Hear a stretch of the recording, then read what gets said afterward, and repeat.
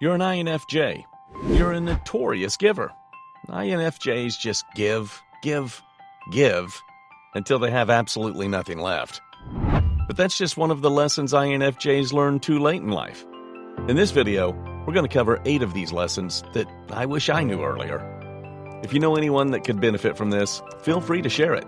Now, let's get down to the list. Number 1, don't give too much. Find a balance. Listen, I get it. You're empathetic, and your high empathy allows you to be very in tune with other people's emotions, and you quickly pick up on the moods and the mental states of people around you. When you see people suffering, you can't only understand the emotions they're experiencing, you can literally feel them as if they were your own. But you need to learn how to balance it out. You need to draw the line. Okay, all right, so that's where we'll draw the line. Because if you don't, you're going to drain yourself completely to the point where you almost want to just shut it off completely. You're pouring so much of you, and everybody, your friends and family, know this, and they start relying on you. And don't get me wrong, this is an amazing thing. But again, you need to find a balance. Because if you keep pouring too much of yourself, you'll end up with nothing. You just give, and give. Give. Always give, never take. But if you keep doing that, you'll end up with nothing sooner than you realize. That's why balance is important. Find a balance in between somewhere that works for you, where you still get to be an empathetic, kind, compassionate, wonderful human being that cares about people in the world, but also to a degree that's healthy for you as well. Because the thing is, if you're constantly putting other people first, you're basically teaching them that your needs come second, that you come second. And that's not really fair to you now, is it? They're so used to you being there that they don't realize that they might be draining you. Don't feel guilty if you put yourself first. As for other people, you should let them find their own path. You can't save everybody, but you can save yourself. You can't save everybody, Max. 2, trust your intuition. It's scary. It's almost like a sixth sense. Call it what you like, but you gotta listen to it. You gotta trust it. There's a reason why you have strong intuition as an INFJ. It's like you have your own back at a subconscious level. So why not use it to your advantage? God knows how many times this has happened to me. I have this strong intuition about something or someone. That awful feeling in my gut telling me something's just not right. And then I start to overthink that feeling. So I'm pretty much drowning my intuition. Don't make the same mistake. Don't put too much logic into it. Just trust that feeling. It's there for a reason. Not too loud. The red line's there for a reason. Ignoring your intuition is one of the absolute worst things that you can do. You gotta think of your intuition as a superpower.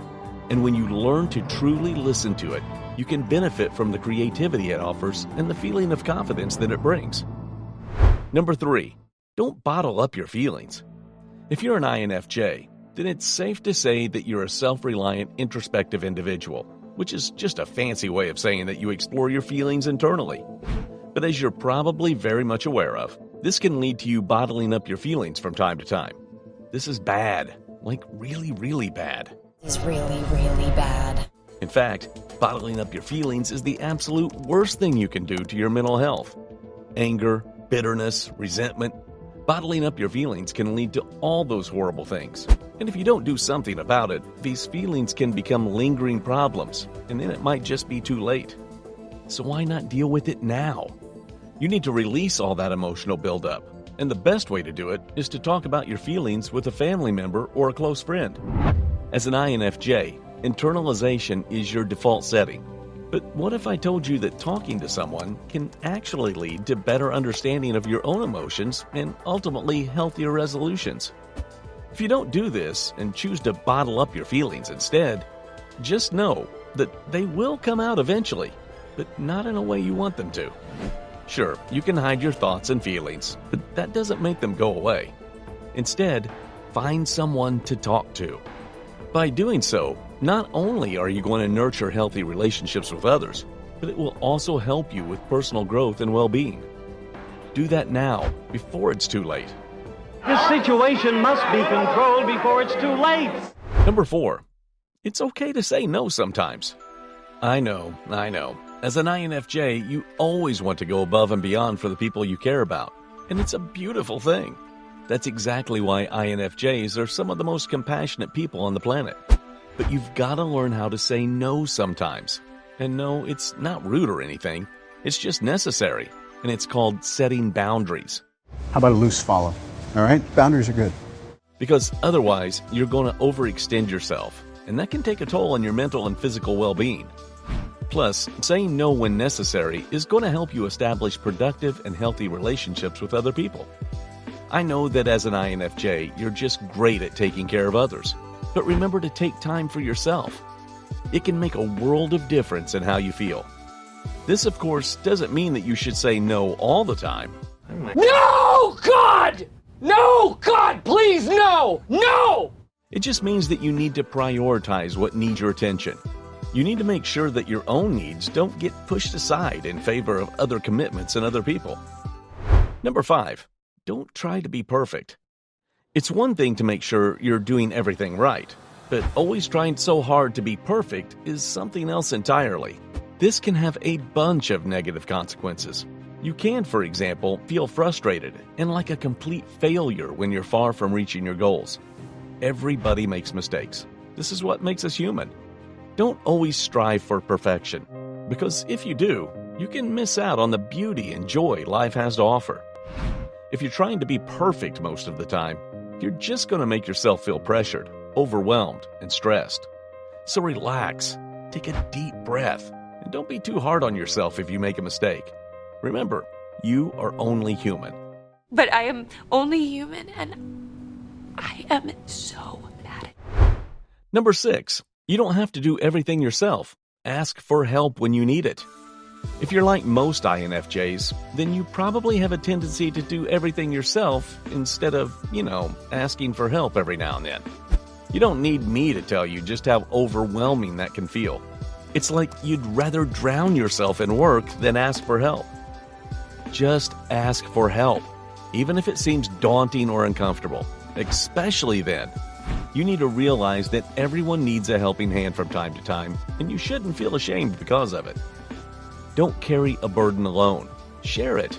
Ask for guidance. If you do that, you will open yourself up to all kinds of possibilities and experience that would have remained unexplored if you kept them to yourself. Asking for help won't make you weak. It's not by any means a weakness. Quite the opposite, actually.